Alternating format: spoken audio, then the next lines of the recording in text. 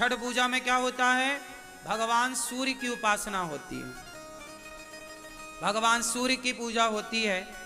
बिहार में और यूपी में ये पर्व बहुत धूमधाम से मनाया जाता है। भारत के कुछ हिस्सों में बहुत अच्छे से ये मनाया जाता है। ये पूजा है भगवान सूर्य की। संतान सुखी रहे, संतान हो, इसके लिए छठ पर्व मनाया जाता है। परिवार बढ़े, संतान सुखी रहे, बच्चों पर कभी कोई संकट ना आए, बच्चों की दीर्घ आयु के लिए, बच्चों की सब प्रकार से सुरक्षा के लिए छठी मैया का उपवास और पूजा होती है। भगवान सूर्य की आराधना होती है कि बच्चे बुद्धिमान हों। इसके बाद आएगा अष्टमी। तो अष्टमी क्या होगी? ये इसी को कहते हैं गोपाष्टमी। कौन सी अष्टमी है ये? छठी के बाद क्या आएगी? गोपाष्टमी। और गोपाष्टमी का मतलब है आज के दिन, मतलब गोपाष्टमी के दिन भगवान क्या किए थे? गैया चराना शुरू किए थे। इसलिए गोपाष्टमी में, इस कार्तिक में भगवान ने गाय चराना स्टार्ट किया। इसलिए गोपाष्टमी और इस कार्तिक के माह में गौदान की भी बड़ी महिमा है। गोपाष्टमी में गाय को चारा, गाय की सेवा, गाय को पूजा, भगवान सब प्रकार से गाय की सेवा करते हैं, आप भी करिए। और गोपाष्टमी के बाद क्या आएगा? नवमी। कौन सी नवमी? बोलो। हाँ हाँ हाँ हाँ, अक्षय नवमी बोलते हैं, आंवला नवमी भी कहते हैं। कौन सी नवमी? इस आंवला नवमी के दिन कहते हैं कि आंवले के पेड़ पर ही भगवान श्रीमन नारायण का वास होता है। आंवला नवमी के दिन, जैसे रविवार को, एकादशी को तुलसी पे भगवान नारायण का वास होता है, उसी दिन, उसी प्रकार आंवला नवमी को अक्षय नवमी भी कहते हैं। इस दिन आंवला दान करने की महिमा है। इस दिन आंवले के पेड़ के नीचे बढ़िया भोजन प्रसादी बना करके वहाँ पाने की, भोजन करने की, भोजन कराने की बड़ी महिमा है। हमें बचपन में याद है, हम लोग, हमारी माँ और हम लोग जाया करते थे खेतों में, जहाँ आंवले का पेड़ होता था, वहीं बढ़िया बनता था प्रसाद, वहीं भोग लगता था, वहीं खाते थे। आंवला भी खाया करो, ये औषधि है। तो अक्षय नवमी कहते हैं, अक्षय नवमी के दिन किया गया कोई भी पुण्य अक्षय फलदायी होता, उसका कभी क्षय नहीं होता। तो आंवले का पेड़ घर में लगाइएगा और आंवले की पूजा करिएगा। देखो हमारे जो त्योहार हैं कितने वैज्ञानिक हैं कि हम लोग पेड़ पौधों की पूजा करते हैं, आंवले के पेड़ की पूजा, ये प्रकृति की पूजा है। फिर आएगी एकादशी। कौन सी एकादशी? हाँ, देव उठनी एकादशी, से बड़ी एकादशी भी कहते हैं, बड़ी 11, देव उठनी एकादशी। इस एकादशी के दिन ही भगवान श्रीमन नारायण का, भगवान शालिग्राम जी का तुलसी जी के साथ विवाह होता है। तो आप लोग भी विवाह करिएगा, यहां होगा, आप लोग सब दर्शन करेंगे। फिर इसके बाद क्या होगा? पूर्णिमा, कार्तिक पूर्णिमा। मतलब ये जो कार्तिक का महीना है, सारे इस महीने में सबसे ज्यादा त्योहार होते हैं। हमारे सनातन धर्म में जितने भी महीने हैं, सब महीने एक से बढ़कर एक हैं, पर कार्तिक माह में सबसे ज्यादा त्योहार होते हैं। इसी माह पर दीपावली होती है, इसी माह पर देव उठनी एकादशी होती है, इसी माह में धनतेरस होती है, इसी माह में गोपाष्टमी होती है, इसी माह में अन्नकूट होता है, इसी माह में भाई दूज होती है। तो एक माह में इतने सारे पर्व, इतने सारे त्योहार। यदि ये सवाल कोई आपसे पूछे कि हिंदू धर्म में, सनातन संस्कृति में वो कौन सा महीना है जिस महीने में सबसे ज्यादा त्योहार होते हैं, तो आप कह सकते हैं कि कार्तिक का माह है वो। जिसमें सबसे ज्यादा त्योहार होते हैं और सभी त्योहारों की अपनी अपनी विशेषता है, सबकी पुरानी पौराणिक मान्यता है। तो कार्तिक का माह वैसे ही पवित्र है। ये व्रत का इस माह में कहते हैं तीर्थों में स्नान करने का बड़ा महत्व है। आप लोग वृंदावन में हो तो यमुना जी ही स्नान करने जाया करो। क्यों? कहते हैं कि इस माह में ही एक राक्षस ने वेदों को जल में छिपाया था।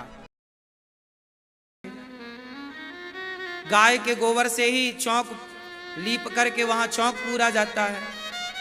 तो गाय के गोबर के बिना तो यहाँ भारत में संस्कृति, भारतीय हिंदू संस्कृति में तो गोबर के बिना कोई भी शुभ कार्य नहीं होता।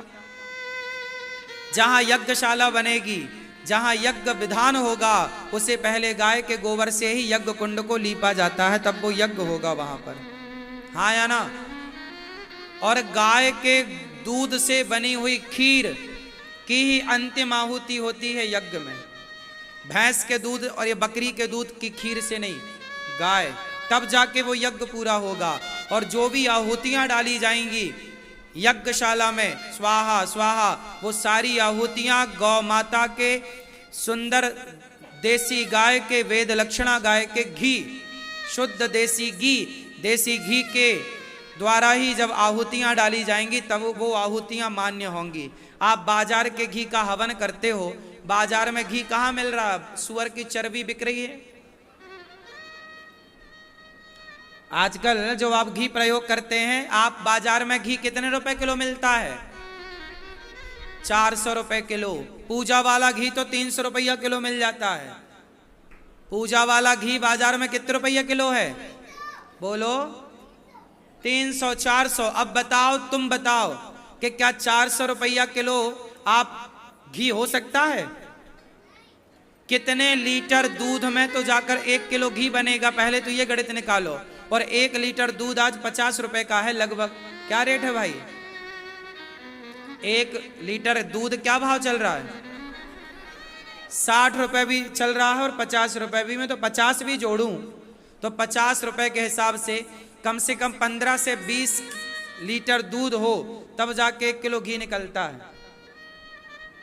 उस हिसाब से देख लो तो भी ओरिजिनल घी 400 रुपए में आ ही नहीं सकता।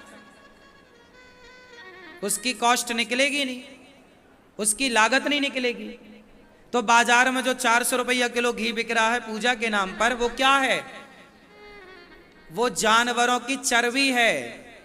सुअर को उसके टुकड़े करके डाल दिए जाते हैं तो उसका पूरा तेल निकल आता है। वो तेल बिक रहा सीधा। अभी वो लड्डुओं में मिलावट हुई, आपने सुना होगा तिरुपति बालाजी में क्या मिला था? वही नकली घी मिला था। वो नकली घी सुअर से बनता है। नकली घी कहां से बनता है? असली घी तो गाय के दूध, दही और मक्खन से बनता है। नकली घी कहां से बनता है? सुअर की चर्बी। एक सुअर यदि 50 किलो का हुआ, 100 किलो, एक सुअर कितने किलो का होता होगा भाई? 50-100 किलो का होता होगा। तो एक सुअर से आप समझो कि यदि 50 किलो का हुआ तो 25 किलो उसकी निकाल दो मटेरियल, हड्डी वड्डी, फिर भी 25 किलो घी तैयार हो गया। तो एक सुअर में 25 किलो घी तैयार हो रहा है। 25 किलो घी अब देख लो कितने का है। और भी तैयार होता होगा, मैं तो एक लमसम अंदाजा बता रहा हूं। और बाजार में आप लोग धड़ल्ले से ले आते हो। आप बाजार में देखते हो पूजा की सुपारी अलग मिलती है, पूजा का घी अलग मिलता है, पूजा की शहद अलग मिलती है। क्या है ये? और तुम उसी से पूजा करते हो। भगवान की आराधना सुअर की चर्बी से करते हो। हे भगवान, तुम तो खुद सुअर खा रहे हो, भगवान को भी खवा रहे हो, तो तुम्हारा तो नाश ही होगा इस तरह। इसलिए आज किसी की पूजा अनुष्ठान सिद्ध नहीं होता। अब सोचो कि बड़े बड़े यज्ञ हो रहे हैं और उस यज्ञ में बाजार का घी प्रयोग हो रहा है, तो वो यज्ञ में सुअर ही तो चढ़ाया जा रहा है। इसलिए बाजार के घी का बिल्कुल प्रयोग बंद कर दो। घर पे ही बनाओ। गैया घर में रखो और गाय का शुद्ध दूध घी प्रयोग करो और बच्चों को स्वस्थ रखो। पहले के लोग बड़े समझदार थे कि गैया पालते थे कि दूध घी मस्त मिलेगा। आजकल के लोग अपने आप को कहते हैं समझदार, पर पालते हैं कुत्ता। कुत्ता थोड़ी दूध दे देगा कि कुतिया दे देगी दूध।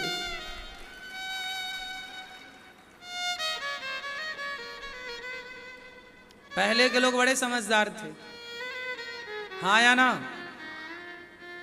लेकिन पुराने लोगों को लोग कहते हैं वो अनपढ़ थे। अनपढ़ थे इसलिए शुद्ध घी खाते पीते थे। तुम होशियार हो इसलिए तुम चर्बी खा रहे हो, हाँ या ना? बाजार का घी कभी भी सत्यनारायण भगवान की कथा में बाजार का घी मत खरीदना, या तो हवन मत करो, और करना है तो घर में घी बनाओ, भले मलाई का बना लो, भले तुम 4 किलो दूध जमा लो, दही बनाओ खुद घर में, मथानी से मंथन करके थोड़ा सा निकालो, 10 चम्मच आए, पर वो घर का घी हो। बाजार के घी से हवन मत करना। बाजार में जितना घी है अधिकांश मिलावटी है, हाँ या ना? आप में से है कोई यहाँ पर जो गाय के दूध से घी निकालते हो, अर्थात गौ माता की सेवा करने वाला है कोई यहाँ? बताओ कितने लीटर दूध में घी निकलता है? कितने लीटर दूध डालोगे तो 1 किलो? प्रैक्टिकल कर लेना, हाँ? 12? हाँ? अब आप लोग प्रैक्टिकल कर लेना, हमने तो थ्योरी बता दी।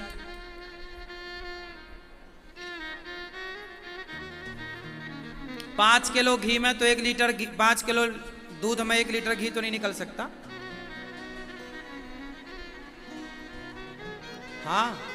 तो घर पे करना। बोले गौ माता की जय। मैया कहाँ चली? गौ माता की सेवा करने जाओ, सेवा करना गाय की, ठीक है? गाय की सेवा करना। गाय आज बड़ी परेशान है। गाय को राज्य माता का दर्जा महाराष्ट्र में मिला है। हम